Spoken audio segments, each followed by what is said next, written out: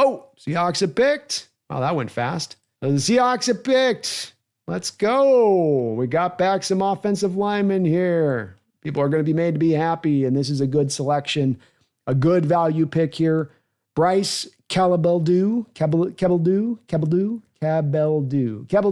I have looked at this guy, by the way. This was one of the guys that your Seahawks met with in the pre-draft process. He played tackle at Kansas, but I do project this guy to be a guard at the next level. He is 6'4", 306 pounds, 32 4/8-inch arms, so actually pretty decent arm length for going into guard. Not bad. I mean, not big, long arms, but not deficient either. He is a highly reactive and seasoned left tackle. Probably projects inside as a finesse left guard. He dances off the line of scrimmage up on his toes, looking light on his feet for his size. Shows quick mirroring ability, a real strong ability in this respect at just staying in front of guys. And so when you guys watch the tape on Cabeldue, I'm going to call him Bryce. When you watch the tape on Bryce, you're going to really notice him up on those tippy toes. And what that allows then is that tippy toe bounce lets him laterally mirror those pass rushers as a tackle. And so he really can back and forth, stay in front of guys. You try to do this, you're trying to go back and forth in sort of an equivalent of a defensive lineman of sort of stutter stepping a guy. And he's going to be able to stay with you on every stutter step. So really, really good in that mirroring ability. Really did stand out to him. I did find him to be playing a little bit high for the position. And I found that I did see him kicking inside to guard at the next level. But I do worry about that being a detriment to moving him inside at the next level, is that he does play a little bit high because you need those guys sinking their hips. You need them to win the leverage war. So there's going to be some cleaning up from Kubiak and company's perspective on this one. I also would just say he's average as a run blocker. He's just barely getting the job done most of the time, and that's from the tackle position.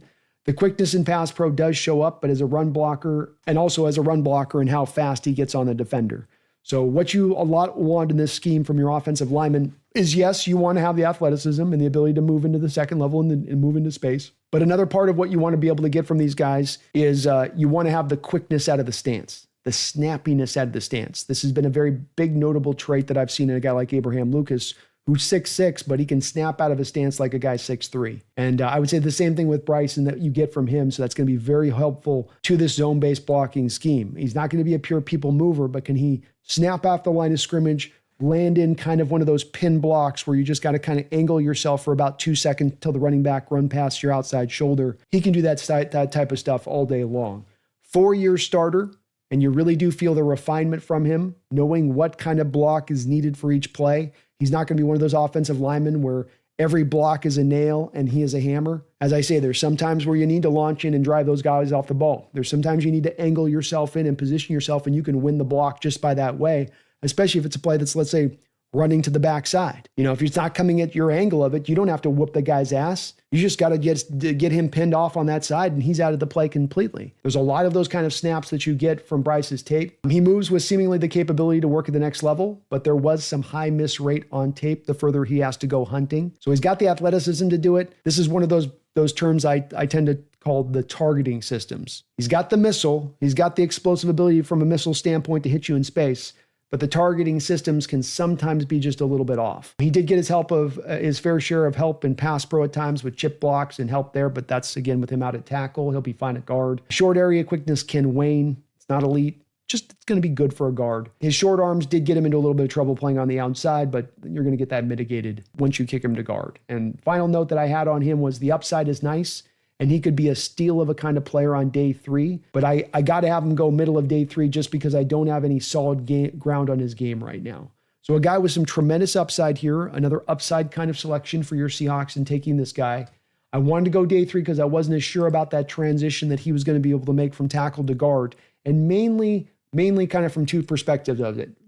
First, the strength and the power. You got to be sometimes a little bit stronger, a little bit more powerful when you're being kicked into guard. And then the second part of it being that he played a little bit high. And that's not a natural, if a guy's playing high at tackle, it's not a natural indicator that you're going to be able to slide him into guard. And then he's going to be able to get to the low man wins kind of situation once you kick him in there. But like this pick quite a bit. Solid selection by your Seattle Seahawks here. They did a good job on this one. And you now have your 2 guards. You got your 2 guards. So we may not have a nose tackle, but we got 2 guards on the roster in Zabel and Bryce.